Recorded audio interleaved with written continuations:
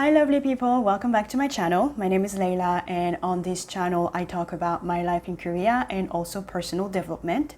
I've been living in Korea for about a year and 2 months now, and I wanted to do a recap of what my year has been in this country. I have a part 1 video that's already uploaded. I am going to put the link in the description below for those of you who have not watched it yet. And in that video, I actually talk about like mindset and money.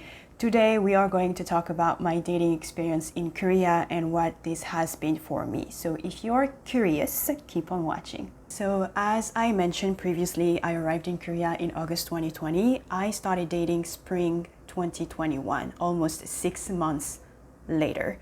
And you might wonder, why did I take so long? And the truth is actually pretty simple. Number one, when I got to Korea, dating boys were not my priority. I don't know about you, but when you move into a new country, you want to get accustomed to your new life. You want to set up a routine. You want to make sure you are on top of everything that are very important. And what was important to me at the time was work, learning Korean, and just making sure I was okay financially, making sure I was okay mentally. So that was the main reason. Second reason is I moved during a pandemic and I had to get used to the way Korean people were handling the pandemic. And at that time, options to meet other people, hang out with other people was almost non-existent, to a point where even my classmates, I was almost unable to hang out with them as I wanted to. So that's the second reason. Number 3 is the weather. It got cold really fast and winter in Korea is brutal. Who wants to be out there doing things when you can be home warm and safe, right? So yeah, no. Then something happened that basically triggered me to make a 180 change as far as like how I was conducting myself and how I was living my life, and that is a mini burnout. Yeah, I call it mini because I was able to catch it. I was able to be aware of it coming up. Therefore, I needed to stop it from being this huge burnout that was going to mess up with my head and my mindset and my well-being. So the way I spotted the burnout was just my reaction. For example, I'm a very goal-oriented person, and the moment I lose discipline is the moment I realize that something was wrong. Because my discipline is based off of goals, and my goals are based off of like things that I want to achieve. And when I realized that I actually wasn't looking forward to anything, that's when I knew something was wrong. And also my Korean learning process was getting a bit frustrating. I had this idea of how things were supposed to go, and it was not the case. So that frustrated me a lot. And for 6 months, all I was doing literally was working, studying Korean, staying home. I mean, your girl was just like, why am I doing this to myself? And I decided, you know what, spring is coming. It's time for a change. If I really want to enjoy my experience here and not go mad, it is time that I inject fun into my life, because fun literally was lacking. I was not having fun, as in like activities with people, etc. So I went back to Kizomba, and Kizomba is a dance from Angola, and if you're curious, you can look it up. And it's something I started in Boston. And as I was having a conversation with a friend, she told me about like Kizomba clubs and groups, etc. But at the time, because of COVID, they were all closed. And thankfully in spring, they were open again. And that's how I started dancing. And the good thing with that is once I started dancing, I started going out more, meeting more people, and it opened up my eyes to more possibilities. So I was, back again to having a social life, and the first person that I dated was actually someone I met in real life. And I knew from the get-go that this guy was not going to be the one. He just did not fit my criteria as far as like long-term relationship is concerned. But it was a very fun experience. And in my mind, I was like, you know what, I just want to get back to it. I just want to go back to dating. And let's not make it too complicated. Let's just have fun. Basically, that's what happened. And it was a lovely experience. Now, I am a firm believer that you should not eat where you poop or poop where you eat. I don't know whichever way that saying goes. But the idea of dating someone within your same circle of friend might not be ideal, especially if things go south. I'm all for like friends introducing you to acquaintances. I think that's a good thing if they can vouch for that person. But I believe that especially when you end up being in a relationship, it's good to have your own friends, and then the person has their own friends, and you get to like have separate activities, and you can bring the friends together at some point if you want. But I think it's just important to have that thing just for yourself. Therefore, I personally do not want to date people within my circle of friends. And that obviously makes things a bit more complicated because I have to go out of my way. But I'm willing to do that if necessary. So then the next step that I consider was online dating, and the app that I used was Bumble. So Bumble is an app that I've used in Boston, and I really enjoyed the experience. I found great guys there, and I figured, you know what, if I were to use an app here in Korea, I might as well go with an app that I've used in the past that I've enjoyed. And I used Bumble during summer, and I had a hot girl summer thanks to Bumble. And the experience was great. I went on lots of dates, sometimes with the same person. And it was a lovely experience. None of those dates turned into long-term relationships, but the experience itself was way worth it, in my opinion. With that being said, dating online can be a lot of work, and I know I've sometimes complained about it, and I know my friends complain about it all the time.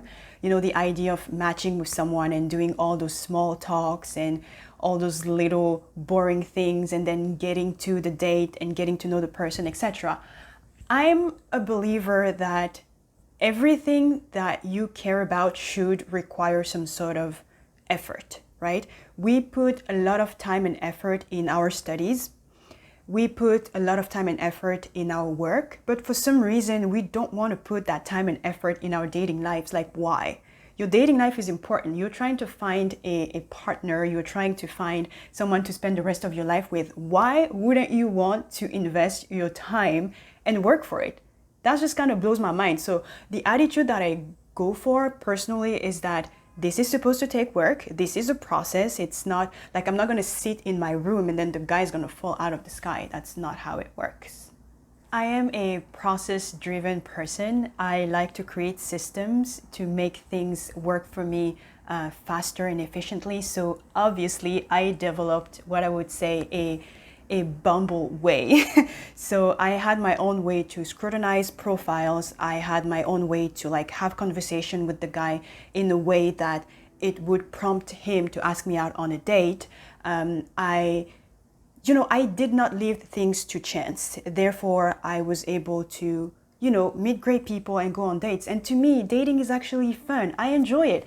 I enjoy meeting people for dinner and drinks. I enjoy having a good time, and I don't pay for anything. So what's not to like, honestly speaking? And the idea of getting to know someone and spending time with the person is something enjoyable. I've been on dates where I would like see the person and I would know right away that it's not going to work, but still we were here having a good time, and I figured, you know what? You're a human being, I'm a human being. Let's have a good time. Dating is fun.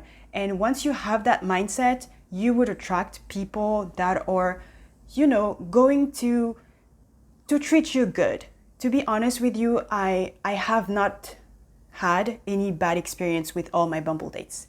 Not a single bad experience. They were all lovely. Things did not work out for a myriad of reasons I'm not going to bore you with.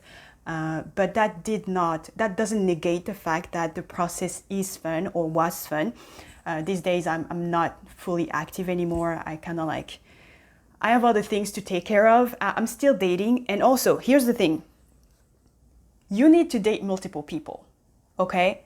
I'm a believer of that. As long as you're single, and I consider myself single at the moment, you are allowed and you should date multiple people. You do not want to take all your time and energy and focus it on one person, because then again, that person might feel a bit overwhelmed and you would have all your eggs in one basket, which could come back and bite you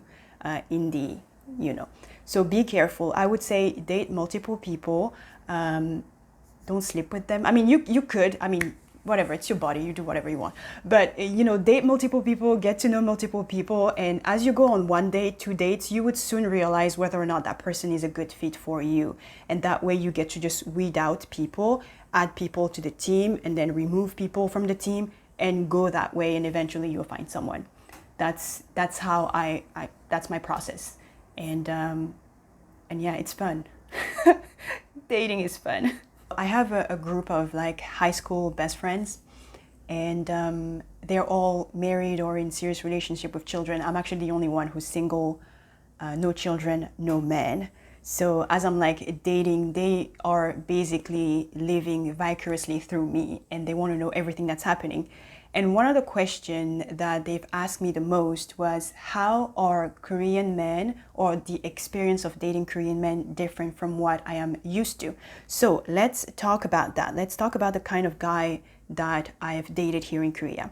And to put things in a certain context, back in America, where I lived for about 15 years, and that's where I kind of like started dating and being in relationships and stuff, I have two types of guy that I would usually go for. So the African guys, so black African guys, and you know, Indian, Pakistani, Sri Lanka guys, like brown men. So these are usually like my go-to. And in Korea, obviously, when you use Bumble, you have, which is good, you have Korean guys and you have foreign guys as well. So I've been on, I would say 95% of my dates were like Korean guys, and 5% was, you know, there was this guy from Sri Lanka. Well, he's Canadian from Sri Lanka. And he was the only foreigner that I actually dated, and then the rest was Korean men. So instead of like talking about like the difference between them, I would say I was more concerned about like how I would behave and how I would conduct myself. Would I be different with those Korean men that I'm usually are with like my, you know, go-to? I was curious about that, but it turns out no. My standards were still the same. My vetting process has remained the same. Yeah, I'm still, like, obviously I'm aware of some of the things or the perceptions or the stereotypes that those men might have about me, so that makes me a little bit more self-conscious. But as far as like my process in general, things haven't really changed. At the end of the day, men are men. They think the same way, they behave the same way. So as long as you understand men's psychology in general, you should be fine navigating dating life in Korea or anywhere in the world. Now, of course, when it comes to dating, it's always best to be aware of like the custom that people have in the country. For example, the way Korean men treat Korean women. It is a good idea for you to be aware of like how they do it, so that way you can compare that to the way they treat you and see if, you know, something is a bit off here. For example, when a Korean man goes on a date with a Korean woman for the first time, he doesn't try to touch her, he doesn't try to kiss her, he doesn't try to do anything like that. But if you go on a date with a Korean guy and he tries to do that with you, then that could be a red flag, because he's not, you know, he's not being himself, and he might be thinking that you are easy, therefore he wants to try some other avenue. So just be aware of that. And also, at the end of the day, people are people. Not everyone will behave the very same way. So instead of worrying about details like this, try to focus on the person you have in front of you and be present in the experience. And look at the way he treats you, because that is ultimately what matters. The way he talks to you, the way he treats you, and trust your gut feeling. Usually your gut will tell you if something is wrong. It will tell you if, you know, you feel safe around this man or not, and listen to it and trust it. Okay, so back to my, I have something that I needed to say that's just, oh my God. African guys, right? It took me one trip to Itaewon. I believe it was 2 or 3 months after I arrived in Korea, to be completely shocked by the quality of African men that are in this country. And I mean, I went to Itaewon and those guys were thirsty. Those guys were like, I don't know, it was such a turn off, and I was so disappointed by it. And yeah, so for that reason, I don't think I would. Well, maybe if that guy comes highly recommended by someone, then I might consider it. But honestly speaking, no, I was disappointed. I was literally disappointed. And of course, my experience with like two or three, four, five guys that I've met randomly here and there while I went to Itaewon is not or should not be the representation of like the Black African guys community in Korea. But to be honest, sometimes it just takes one interaction with a bad apple to mess it up for everyone. And yeah, no, I was just like, oh my God, my brothers, why are you doing this to me? But yeah, so I don't know if I would be dating any African guy anytime soon, because of, yeah, we'll see. We'll see how that goes. And while we are discussing African guys, I wanted to talk about like some subtle differences that I've noticed. So as I've mentioned, I've only had like serious relationships with like African guys back in the US. And getting flowers, girl. The only times I got flowers was during graduation. That's it. But in Korea, while dating Korean men, I received flowers for no reason. Okay? And that was just so freaking lovely. And I'm like, oh my God, it took me to be 33 years old, living in a country called Korea, to get flowers from a man just because he feels like giving me flowers. And I'm like, huh. And then the second thing, guys opening like the car door so I could get in the car, that has never happened to me before. And I remember my last relationship in Boston with this wonderful African guy. I remember asking him, even jokingly, telling him, hey, open the door for me. And he's like, no, no. But here, it happens so naturally. And I'm like, where have you been all my life? And you know, those little things might not seem like it's a big deal, but honestly, as a woman, to me at least, it feels very nice. And that has only happened with Korean guys. So that's funny. Now, it doesn't mean that all Korean guys would open doors for you when you get in the car, and it doesn't mean that African guys do not do that at all. But African guys, they're kind of a bit, macho types, and they would show love in a different way, by doing act of services and things like that. But I feel like the Korean guys that I've dated have no problem being romantic. They have no problem like expressing their feelings or like giving you flowers, opening doors for you, like that kind of like romantic teasy stuff that I'm not used to, and it feels very nice. It feels very nice, I'm not gonna lie. Okay, so now let's talk about language barrier, right? So there are two types of Korean men that I have dated or that I'm dating, whatever.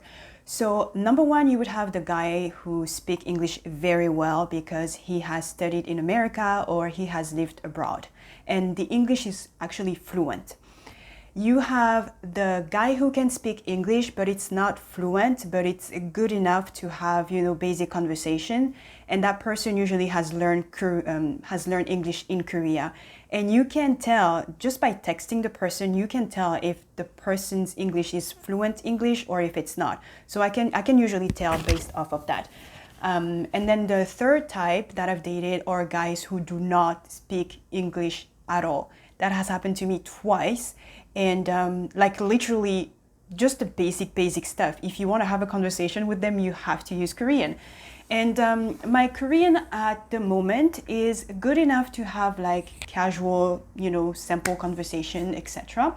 It's good if we're face to face. That way, if there is a word or an expression that I don't understand, you and I can search like the dictionary real quick and then figure out what it is. So usually I have no problem with like one-on-one interaction during dinner time or like, hanging out and stuff. Oops. But it gets a bit tricky over the phone because over the phone, first of all, if there's a word you don't know, I can't search it because I'm using my phone, right? Or I don't know how to spell the word, and then it just takes time, right? So I found phone conversation to be difficult. Therefore, we have to resort to texting. And you know that growing a relationship through text can be exhausting. especially if you're trying to have like high level conversation. It's just not fun. So yeah, but dating those kind of guys really helps with like improving Korean for sure. But would you be able to create depth in a relationship? I wasn't able to do that, and I've gone through the process twice already, and I was not able. It turned out to be a problem. I am hoping that with time and as my Korean improves, that things are going to be better. But right now, I fare pretty well with guys who speak English. It doesn't have to be like perfect, but at least some notion of English, and then Korean, so that we can switch back and forth. That would be my personal preference. All right, so just to do a quick recap of my 1 year, well, let's say 6 months of dating here in Korea. If I could qualify that using one word, I would say fun. The experience has been fun and very much enjoyable so far. Right now, I do consider myself to be single. I am dating still. I'm no longer active on Bumble as I used to because I am busier now, and the people that I have in my roster, or I'm satisfied with that. So I'm good. Let's just say I'm good for now. And restrictions are starting to lower, and things might go back to normal by the end of this year or beginning of next year, since everybody is getting vaccinated in Korea. So I'm hoping that with more events and gathering, meeting people in real life would be easier. So I'm looking forward to that, because I personally believe that meeting people in real life is way more fun than meeting people on apps, just to be honest. But you gotta do what you gotta do, right? So if you are watching this video, I don't know where you are, but don't stay in your room, don't stay in your apartment, hoping, wishing for a guy to fall out of the sky, okay? You have to put yourself out there. You have to be open and be, vulnerable, and let people in while being careful, while knowing how to vet them, and while trusting your intuition, because your intuition never lies. But just date people and have fun with it, because dating should be fun. Don't date with the I need to get a boyfriend mindset, because that's gonna mess it up for you. Date with the idea of, I want to meet another human being, I want to get to know another human being, I want to have a good time. And if you have this mindset, then you would attract people with the same mindset, and you'll have a good time overall. And there's no failure. If it doesn't work with one guy, take this as an experience, because you're going to learn things about yourself, and maybe there's something that you did that was wrong that you're not going to repeat again. Or maybe there was a process that you went through that just didn't work out. It doesn't matter. Just learn from the experience and move forward, okay? So that is all for now. I think I'm going to have to do a part 3, because I was supposed to talk about like Korean learning and life in general. So expect a part 3 video from me. Until then, take good care of yourselves, and I will talk to you soon. Bye. Mwah.